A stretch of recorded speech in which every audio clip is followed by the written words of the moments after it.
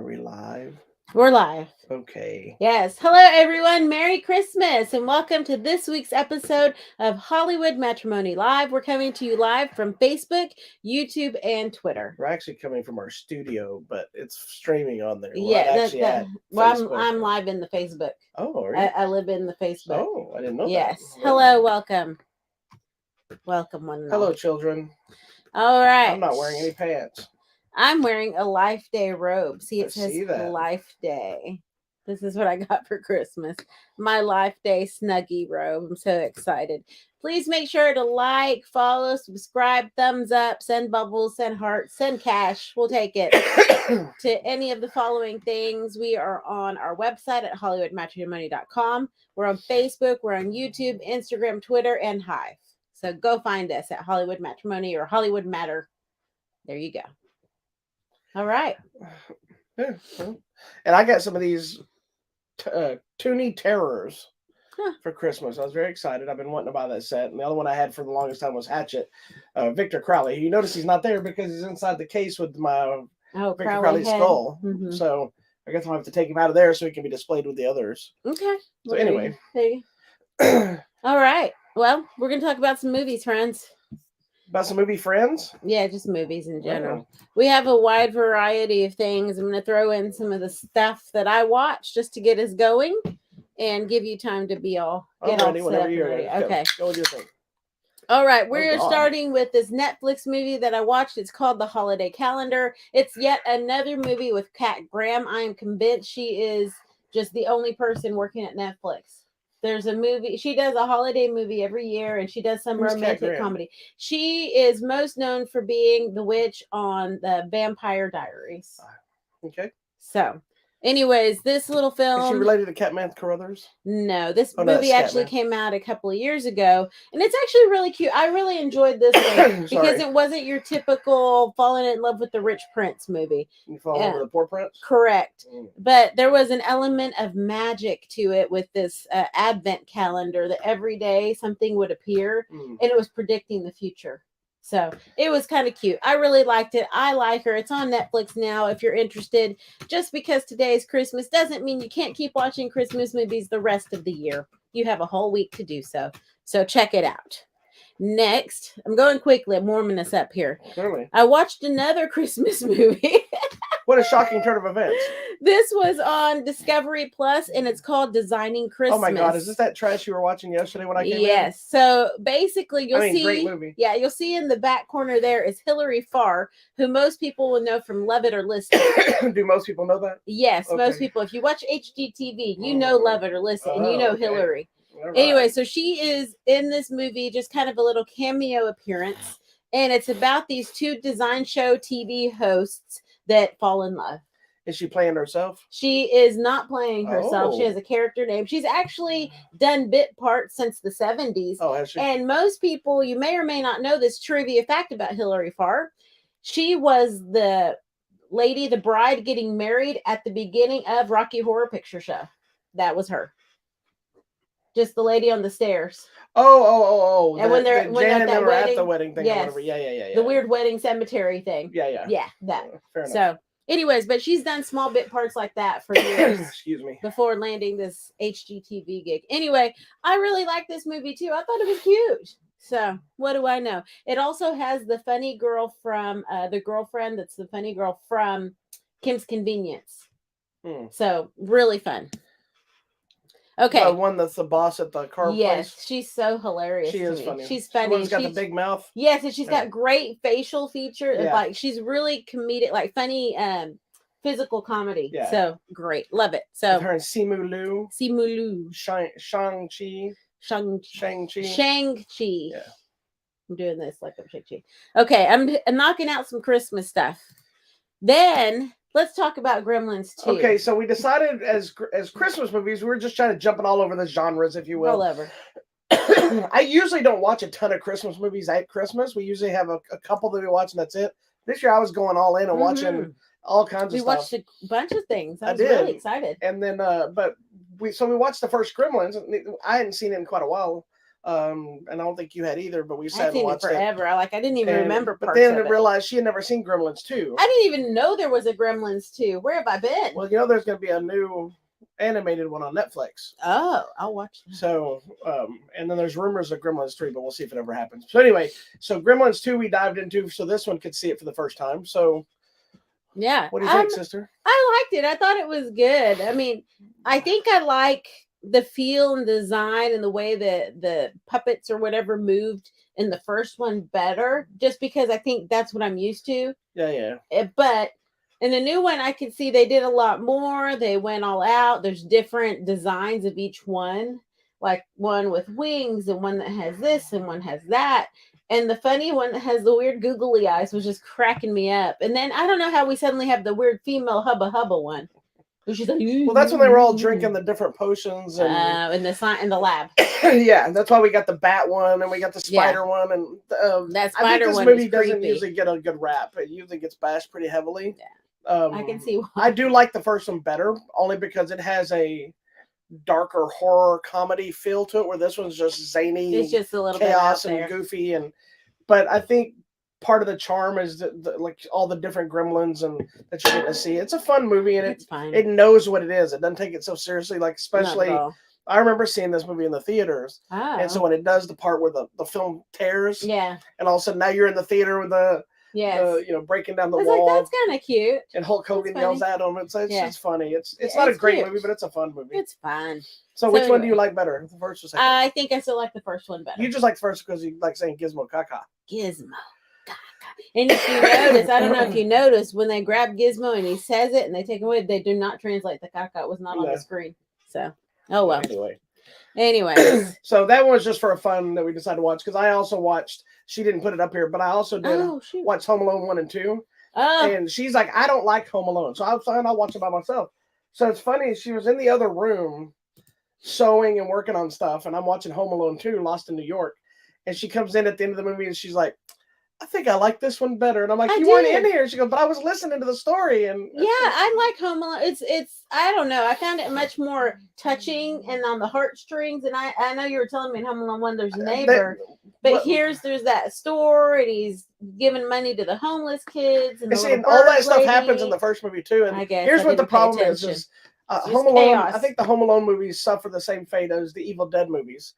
Is only thing anybody really remembers from Home Alone is the two burglars fighting against the kid, Kevin, and that's the whole movie. But in reality, you have him dealing with the old man that everybody's afraid of next door. They think he murdered people, and you find out he hasn't seen his son or his grandchild for years. There's this heartfelt conversation in a church, and there's Kevin, running around trying to live life and find his thing about family. So while it is a bigger portion in the first movie than it is the second movie, both movies have a bigger story than just the chaos. They do, yeah. But I think I like part 2 better. So that's fine. You're more than welcome. Who knows? Who knew? You may not have known it because you didn't see it, but Donald Trump has a cameo in it. No, I didn't see it. And it came out when he was running for office, that because they shoot a lot of the movie in Trump Plaza or whatever. And the only way he allowed them to use it was they had to give him a cameo in the movie. So it's literally just Kevin runs into him and they have like a quick dialogue and they move on. All right. He's still more believable than as a president. Go ahead. Let's talk about a new Christmas movie we watched this year. Just came out. Yes, it's a movie called Christmas Bloody Christmas. It is directed by, hold on, I forgot his name. I do this every week. I wasn't prepared because I wasn't paying attention. I told you to be prepared. I know that. But it's Joe Begos, however you say his name, but he directed the movie VFW. I don't know if you remember that movie or not, where it's about the people at the VFW and they're having a fight against zombies or something. Yes. The guy from Avatar's in it. Yes. He's the same director as this movie. Okay, that's random, but yes. Excuse me. Goodness. So basically, Christmas Bloody Christmas is a holiday slasher. If you can't tell from the image, it's Santa Claus, but you notice the glowing eyes. This time around, we have a robot Santa Claus. So it's like Terminator meets... It's so funny. I don't know, just Christmas. Crazy Christmas. So they're selling these robot Santas, and in the background you hear that they were built by the military. The government built like these super soldiers, and then they use the technology to make these Santa Clauses. They repurpose them to Santas. Yeah, that's going to go well. Horribly wrong. And it's a Shudder exclusive, I believe. But It's one of those that it has a lot of dialogue buildup, which I think to me I enjoyed because you're seeing these two characters because it's really Yeah. focused on two people mostly, Yes. and it's just their Christmas night hanging out together, drinking and partying and kind of flirting but not flirting, and yeah. what's going to happen. And meanwhile, all the stuff with the Santa starts happening Kind of before, in the background. yeah, before it catches up to them, and then chaos ensues everywhere.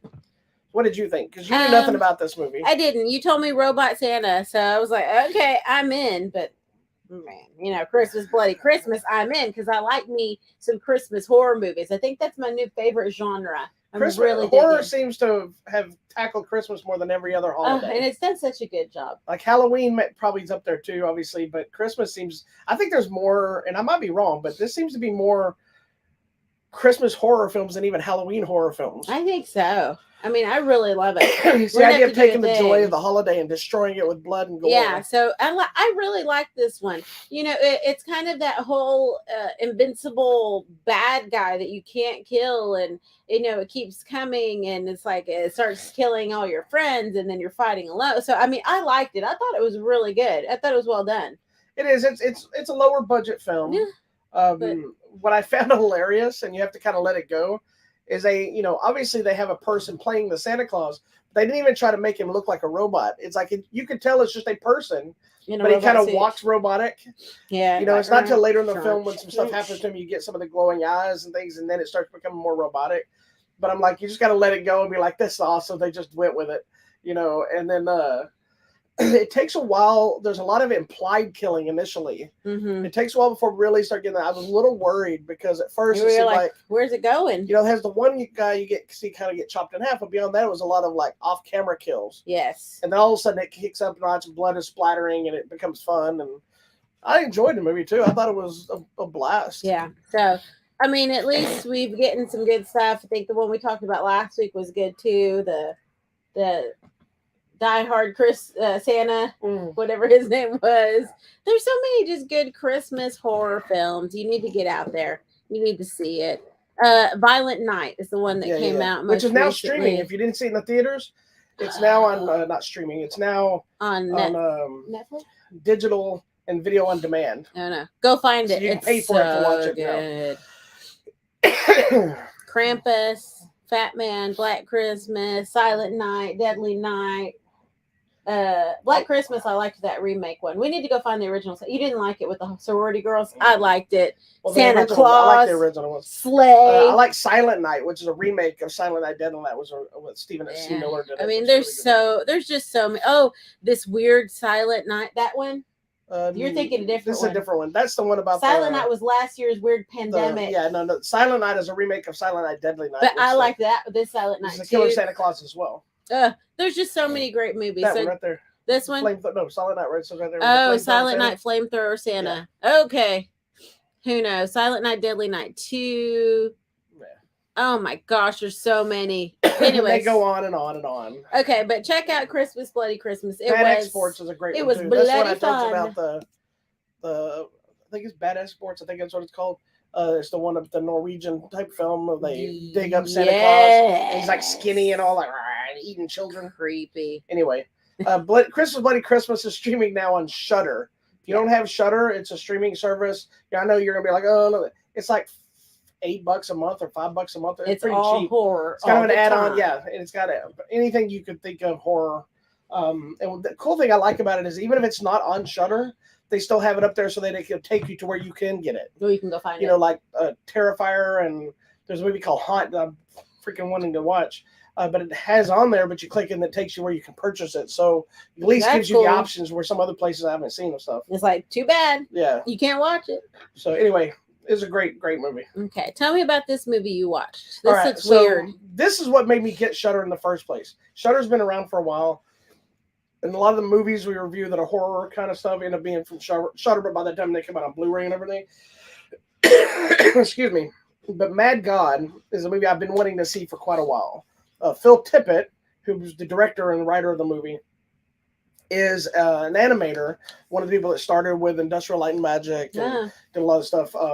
He's the guy in the videos that we watch, the older guy with the big beard that just seems grumpy. Yes. That's Phil Tippett. Okay, gotcha. And when he did a lot of the stop motion stuff, worked on the original Star Wars stuff, and he started working on his passion project, which is this movie called Mad God. 30 years ago. He started it right off coming off of, I believe it was Return of the Jedi. Oh my. Or something like that. And then when he started working on where's it at? When he started working on Jurassic Park, if you don't know the story of Jurassic Park, it was right between. Oh no, it was RoboCop 2. He finished RoboCop 2, and he wanted to started doing this movie Mad God that he was developing as a stop motion animation type movie. And if you don't know the story of Jurassic Park, he was doing all the stop motion animation for the dinosaurs, and they ended up convincing them they could do them CGI, which then changed the game. Yeah. So he felt stop motion was now a dying art, so he shelved it. And it never got done until many years later, and now he's finished the film. Because people are still doing the stop motion. And a lot of the people that worked on this film were from a college that worked on this. He brought them in and basically worked on it, I guess, for credits and stuff. That's cool, yeah. He was able to finish the film. And so now you get, all these years later, we finally got Mad God, which is a stop motion. It's got a hint of live action. It's got a hint of CGI to enhance certain things. There's some cool monster-looking things there. It is a weird-ass movie. It looks weird, but it looks has no dialogue whatsoever. Love it. It's a lot of grunts and roars and creepiness. That's cool. If you've ever seen the band Tool, if you've ever seen one of their music videos, yeah, it is very much like that. Things corroding and rotting and things creepy and dirty and it's like any kind of heavy metal videos that would just like disgust you. But it's kind of hard to figure out the story. It's like you see this little on the image, you see this little soldier looking guy. Yeah. He kind of lowers down into this world that looks like a pits of hell. And there's all these creatures and there's people being murdered, there's people being tortured, and he's walking, slaundering through and kind of on this adventure to do something, and then things happen to him, and then it kind of shows where he came from and what the ultimate goal, and it's all about trying to bring beauty to the universe. And it's a very head trippy, disgusting, beautiful, brilliant piece of work, but you have to see past what you're seeing on the screen to see the beauty and the insane work it put in to make it. Because it's not one that would work for a lot of people. They would see it and be like, this is gross and disgusting. It's not like perverted or anything, although there is some weird nudity, sex stuff. But it's just one of those, like, you see the art form and you see what this came from somebody's brain, and they created these things, these creatures, and it is horrifically beautiful kind of thing.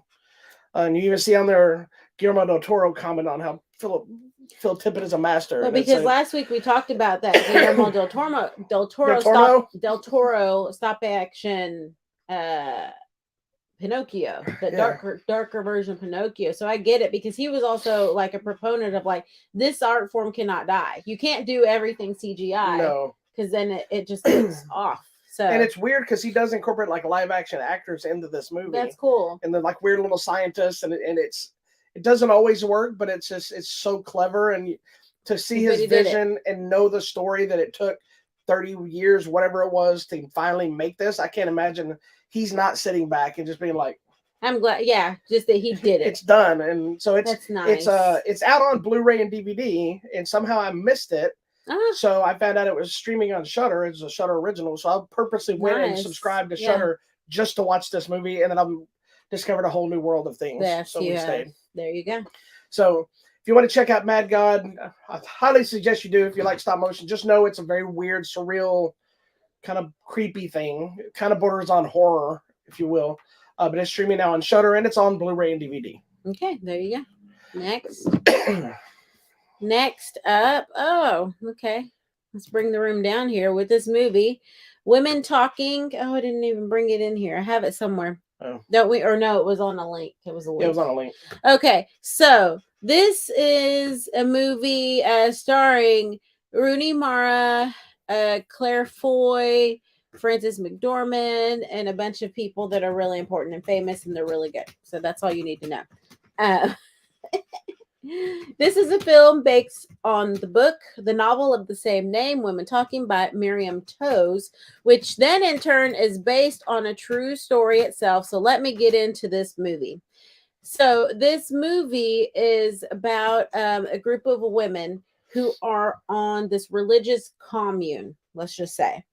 But you find out as the story kind of unveils and develops that the women have been um, waking up to mysterious attacks. Okay, they wake up. Like physical attacks. They wake up in the morning to find out that they've been raped. Okay, Oh, okay. they're bruised, they're bloodied. Some of them have been beaten up, but they have no memory of it. They just wake up in the morning and find out it's happened to them.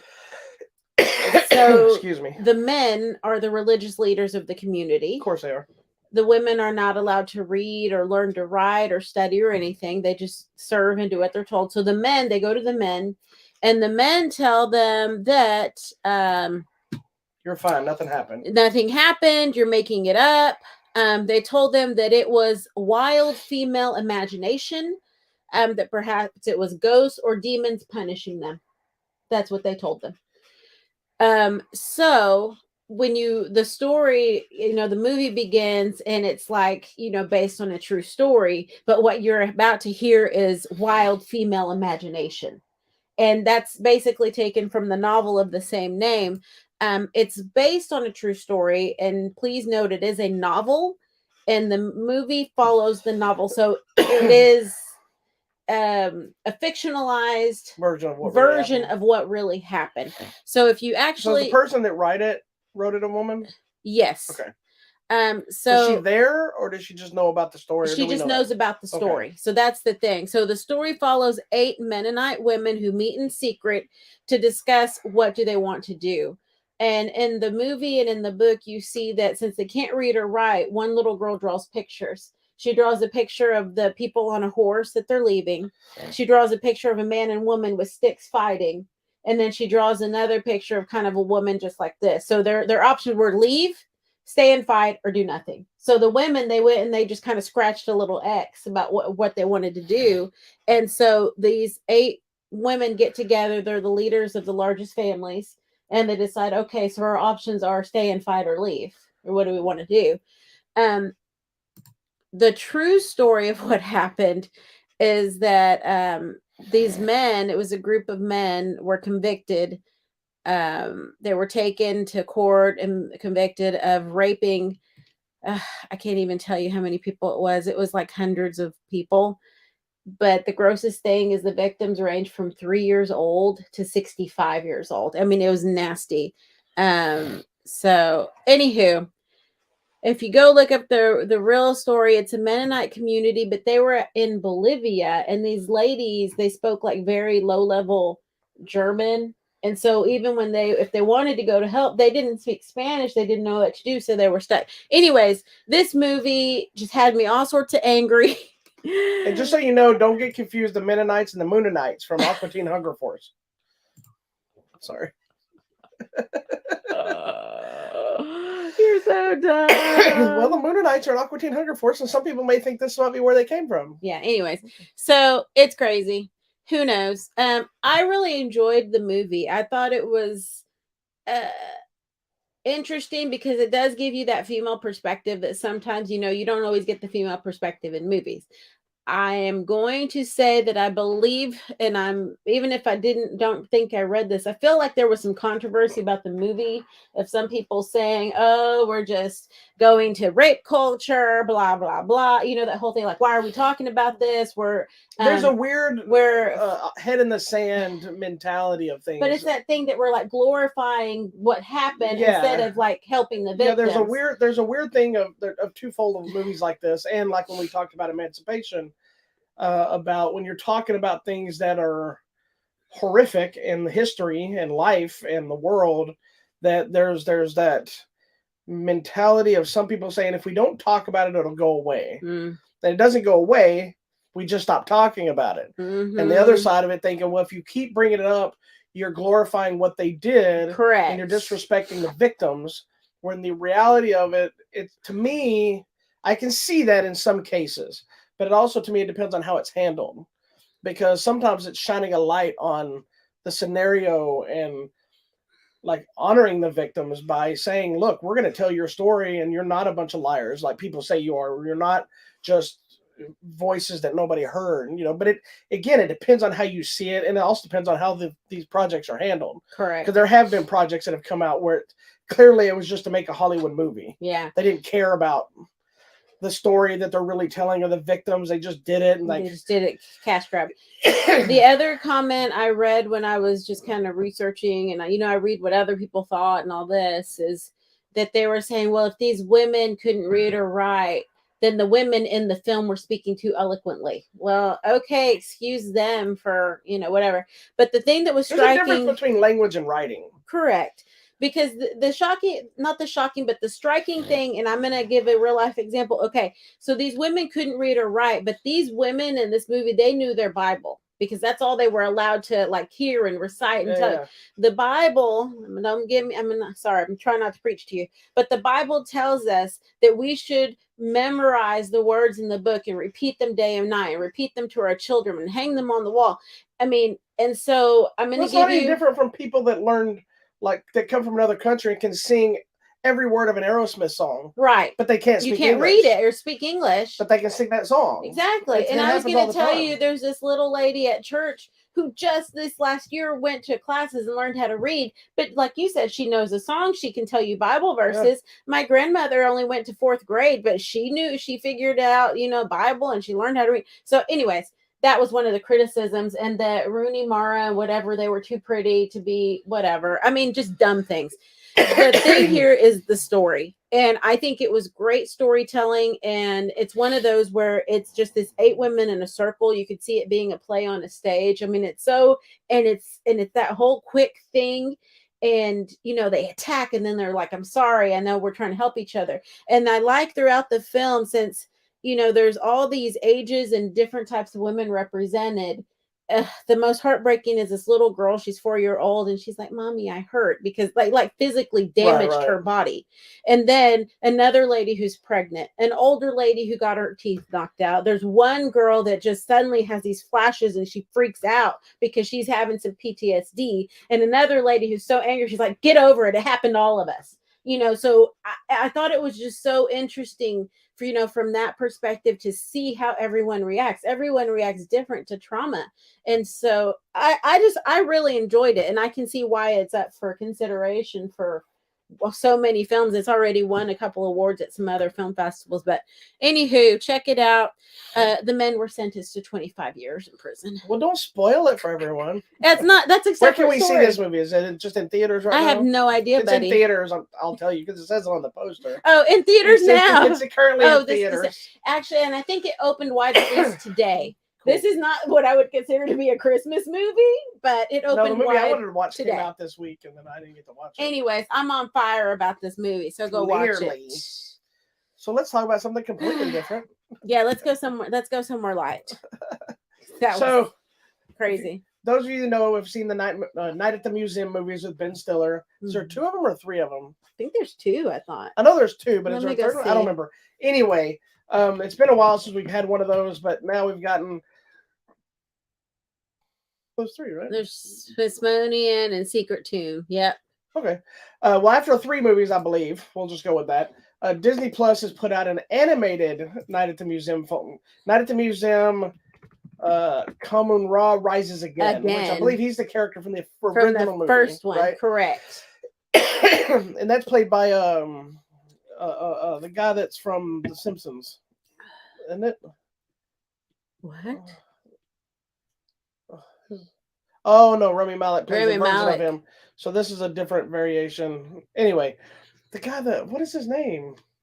From this movie? Yeah, the first one? Yeah, but I don't remember. Maybe he's not in this one. I'm just remembering him. Maybe he's one of the later ones. Anyway, it doesn't matter. This was the full-on animated. Basically, the premise is Ben Stiller's character. Mind you, there's none of the same voices for the most part. But Ben Stiller's character is going to Paris. Yes, because he's now been made a curator for the Paris Museum. So he's leaving to go set up this other museum thing. And so they need someone else to come be the night watchman. And so his son is going to take over. And of course, as we all know with these movies, at night, the museum comes alive and zaniness and chaos ensues. So it's basically the same story we've seen in the other films. I wasn't sure what to think about this movie being an animated, but I think this is a story that works perfectly for animation. Yeah, it's really good. It's a fun movie. I love the animated style. It reminds me of some of the older cartoons, but also with a newer look. Um, all the characters are, obviously I missed the voices. Gets you a little sad not seeing, getting to hear Robin Williams playing. But I like that we get to like see him, kind of. Yeah, it's like it's him. It's animated him. So I think Thomas Lennon is playing him now from Reno 911. Yeah. But it's in this the new one? Yeah, this is the new one. It's got some good people doing voices. It's just not the original cast for the most part. But it brings all those characters in. It gets a lot of the tropes of the characters from the original movies. And it's a full-on fun adventure. It's bright, vibrant, fun, funny. Yeah. I guess heartfelt. It is heartfelt. I really liked it. I mean, it is a little kind of rehash of the very first one because you're dealing with Kamun Ra again and the tablet again. And, he wants the power and all this. But it has some funny, lighthearted moments. And it does have some kind of spooky moments, too. But I really liked it. And I like getting to kind of see those familiar characters again from that first movie, like Octavius and all these people like, well, how did that whole banter. I mean, I thought it was fun. I enjoyed it. It was cute. Yeah, it's one of those things that's you don't have to see the original one, but it obviously helps. You don't have to see the second two at all. Really. Well, yeah, I guess you kind of do because it introduces some of the other characters. Some of the other characters, like these second. I think that makes this one work is that you're already past meeting the character, so instead of bringing in a new character. Like this guy knows about the music that comes to life, and he's been around them, but he's still that kid that doesn't want to be part. So you have that new element of, I don't want to do this job, but he doesn't really have a choice. So it's a fun little movie. I think it's something kids can have fun with. It fits the idea of the story. Just these characters coming to life and around work well for animation. It's not breaking down barriers in animation or the franchise. It's a fun movie that you can watch with the whole family. Yeah. And I feel like it's a holiday movie. I don't know. A little bit, I guess. Not really, but it is. Kind of feels like it. If you like the Night at the Museum movies, it's a fun addition to It's really cute. Did you write a thing for it? No, I didn't. Oh, okay. I'll put a link to the film. So it is streaming now on Disney Plus. So go check it out. Or don't. That's your business. Wow. What else we got? Okay. This was that the last one? So excited! Oh, yes. So this last one was one I knew she was gonna be super excited for. I've been waiting to talk to you guys for like a month. It's been a couple weeks. Okay, maybe 3 weeks. Thankfully, it's another one that came out in theaters, but we got to see it because of that's the best thing about being a film critic when you're official. Is this time of a couple months? It's all for your consideration, so we can send a ton of stuff that's in theaters, which is great, or not in theaters yet. So we were able to check this one out early, but we have been holding on to it for a little while. If you don't know, Puss in Boots first appeared in Shrek 2, I believe it was. Then not only spun into the other Shrek movies, I think there's 3 Shrek movies or 4 or whatever, but also got his own movie as well as a TV series. Yes. So I wasn't sure with the new movie if it was going to be a continuation of the movie, if it was going to circle into the TV series, or how this worked. I didn't watch the series. You did. I've watched the series, and actually, there's a whole new season I haven't even seen. Well, she's a fan of it, and I don't know if you're a fan of it because it's a cat, if you're a fan of it because the cat is Spanish, if you're a fan of it because it's Antonio Banderas. All of the above. Whatever reason, she loves Puss in Boots. I do love Puss in Boots. So I will talk to you first about this because you finally got to see it. We got to watch it with the grandkid too, and she seemed to love it. She did. She was paying attention to the whole thing. Excuse me. So, what did you think of Puss in Boots: The Last Wish? So, I thought it was really fun because it's always one of those things where Puss in Boots is like, "I'm Puss in Boots." Well, what is this new one about? Okay, so basically, this one is Puss in Boots has always taken for granted that he has 9 lives. He's like, "I'm Puss in Boots. I have 9 lives. No one can defeat me." Right. Well. Is that your Puss in Boots impression? Yes. So he goes to the doctor, and the doctor's like, "Well, how many times have you died?" Because he dies in the movie. He dies, and he comes back, and he's not really feeling himself. He's feeling kind of off. So it goes through, and we find out he's on his last life. Through a montage. We got a montage. So that's what this last wish is. So, he's on his last life. There are these Goldilocks and the 3 bears that you see in the poster. Oh, I love how they handled them too. That was really cool. Twist. So there's a new adventure where they're after this magic, I guess, scroll, and the scroll has the ability to give you a wish. Well, he might wish for a life. Goldilocks and the bears are wishing for something, and then you see that the other cat comes back.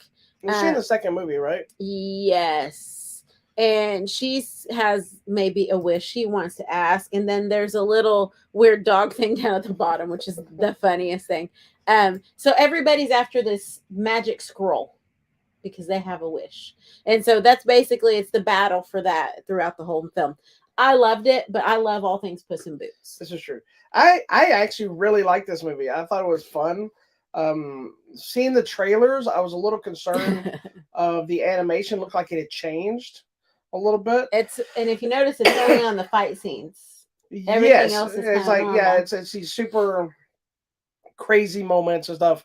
It goes from like what looks like their Shrek style animation fluffy, to looking kitty. more like Spider-Man, Like the bad guys, that kind of animation.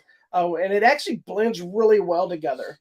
It creates that vibrant chaos. That and they do that in the show. That other style, anime, not all the time, but some of that the action is exact thing. It does look like that. So I was like, oh, okay, they're blending the two now. It's coming into the movie verse. So I really liked it. I thought it was funny. And I'm glad that Antonio Banderas is there and Salma Hayek for Kitty. So you know, I just the thing I thought was hilarious. It's so cute. I can't help it. The main villain of the movie is little Jack Horner.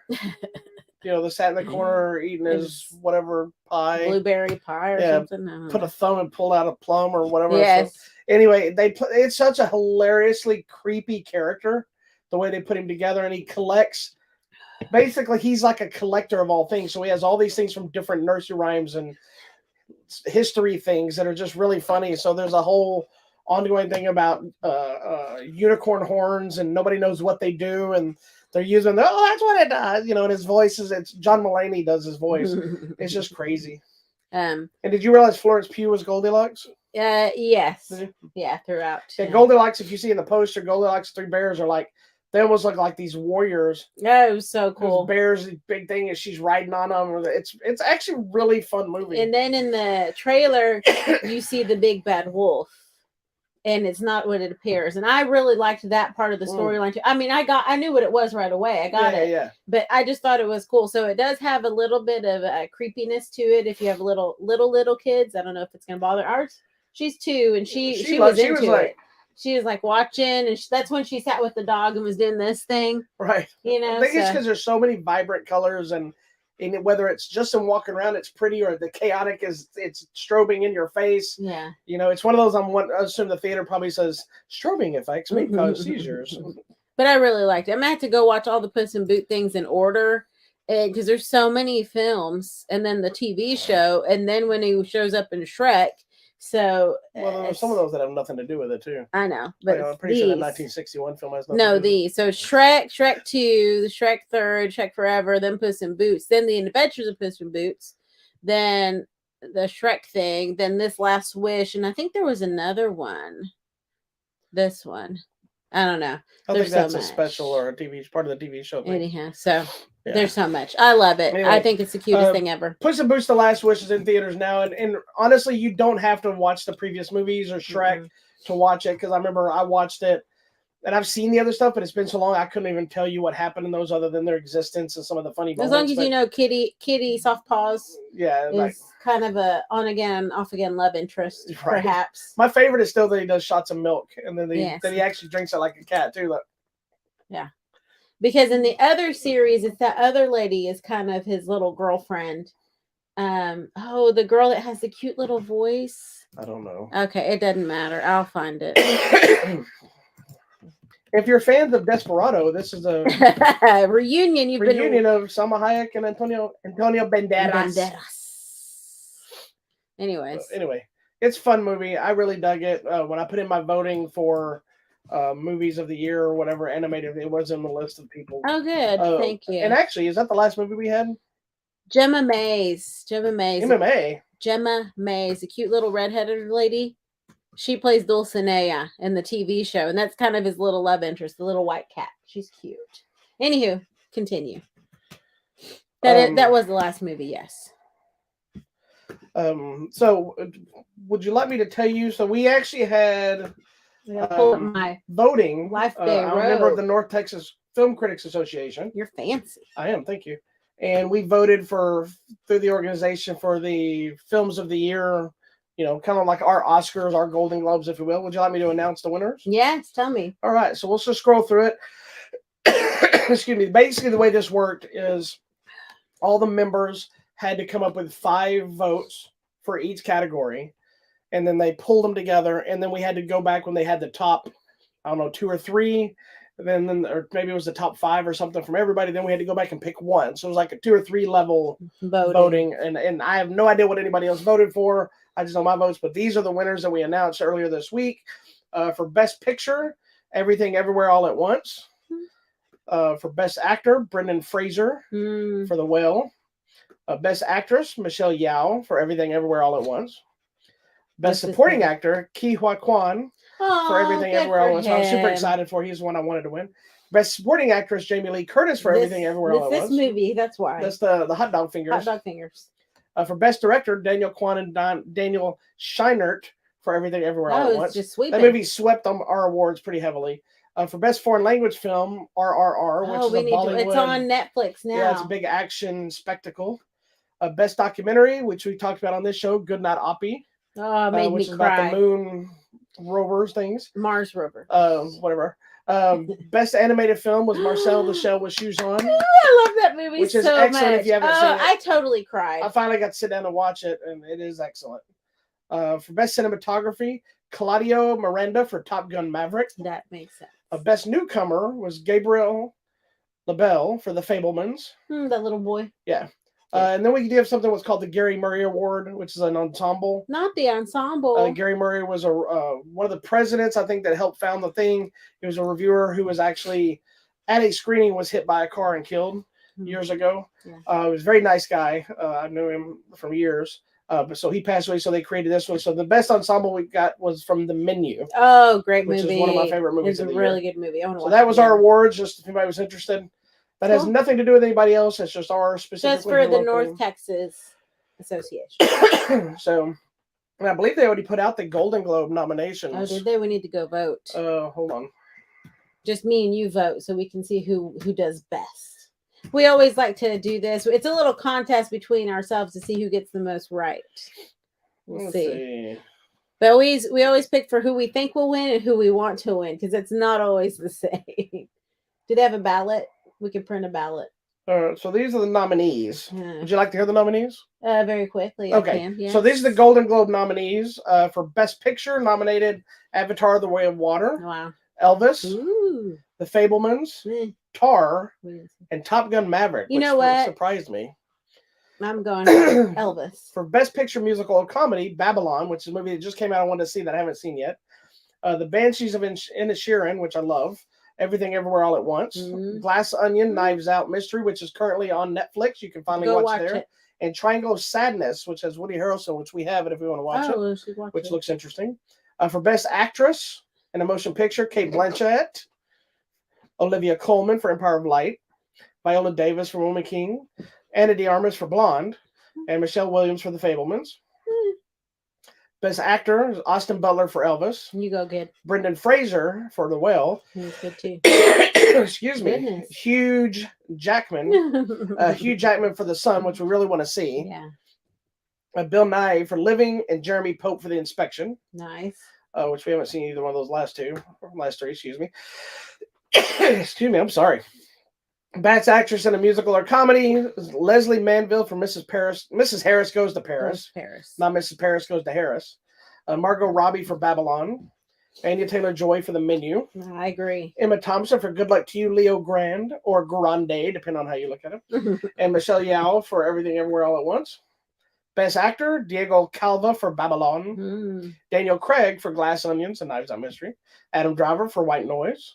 Colin Farrell for The Banshees of Inisherin. And Ray Fiennes for The Menu. This is the category I'm torn on because obviously I want Colin Farrell to win. Yeah, but Ray Fiennes. But I think Ray Fiennes should win that category. So if it was the Brendan Fraser category, I think Brendan Fraser or something, I would be happy either way. Yeah. Best Supporting Actress, we got Angela Bassett for Black Panther, which this is last when the original Black Panther was nominated. I was so against that. I didn't think it was an Oscar nominated worthy film. I thought it was just getting that because of all the stuff that happened with Boseman and everything else. But I actually think she deserves to be nominated for her performance in that movie. She was really good.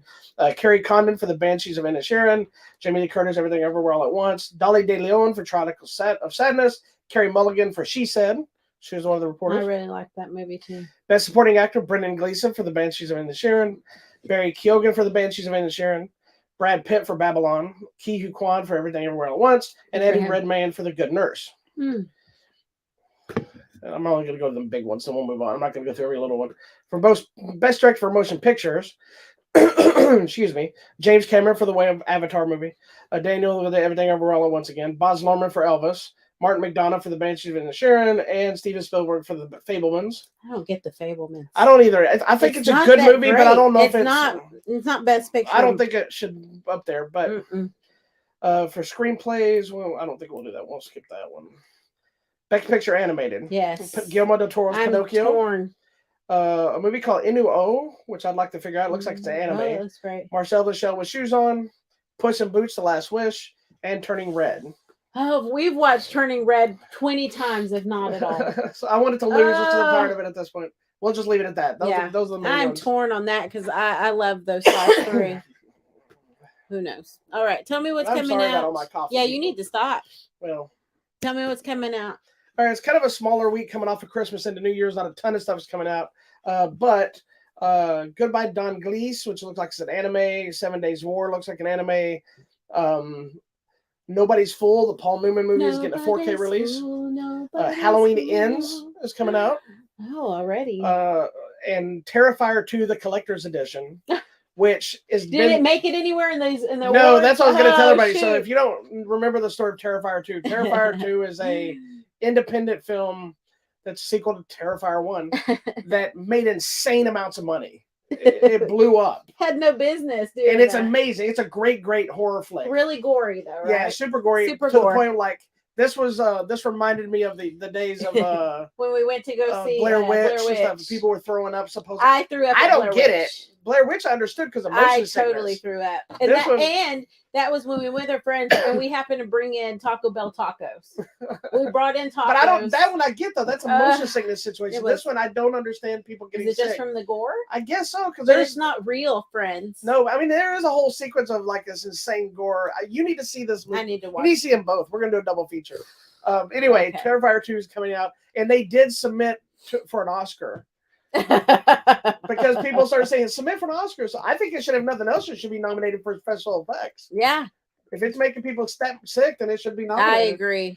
Anyway, that's all that's really coming out to my knowledge. There's not a lot of big stuff this week. All right. So coming out at the movies or on the line.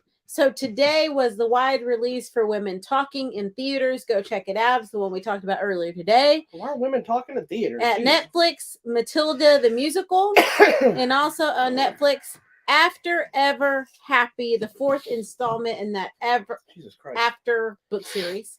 Coming out on Tuesday on Video Demand and Digital, a movie called Head Rush. That's a martial arts type thing. This is a man who has a terminal illness and decides he's going to do some experimental treatments, but then ends up with superhuman powers.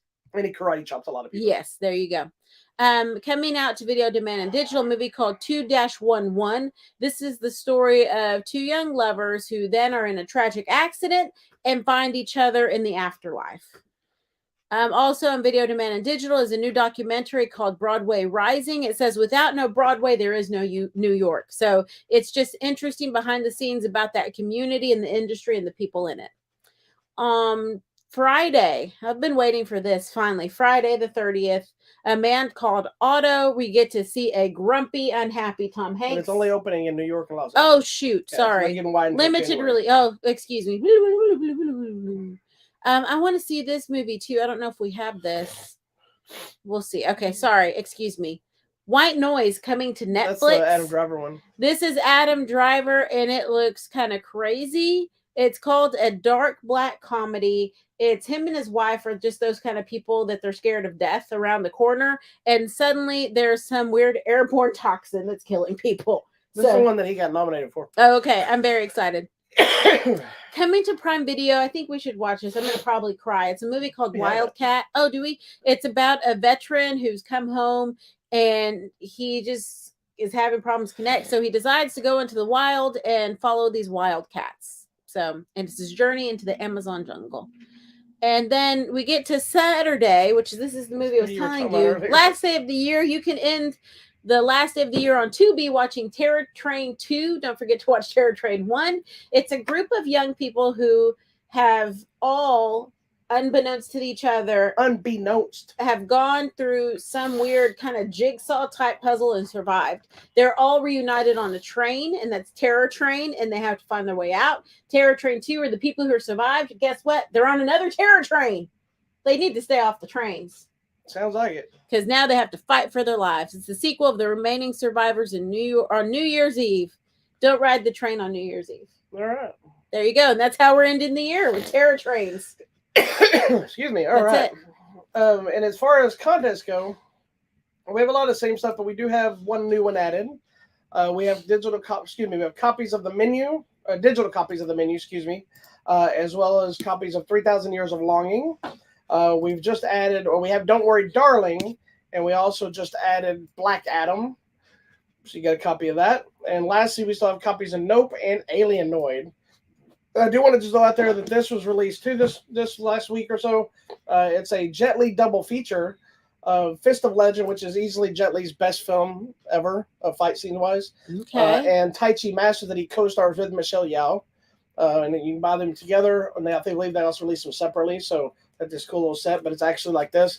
So technically, you can put them up in the box. You don't have to keep this big box if you don't want to. But I'd still those out there. They're both awesome if you like Jet Li martial arts flicks. There you go. Jet Li and his prime stuff.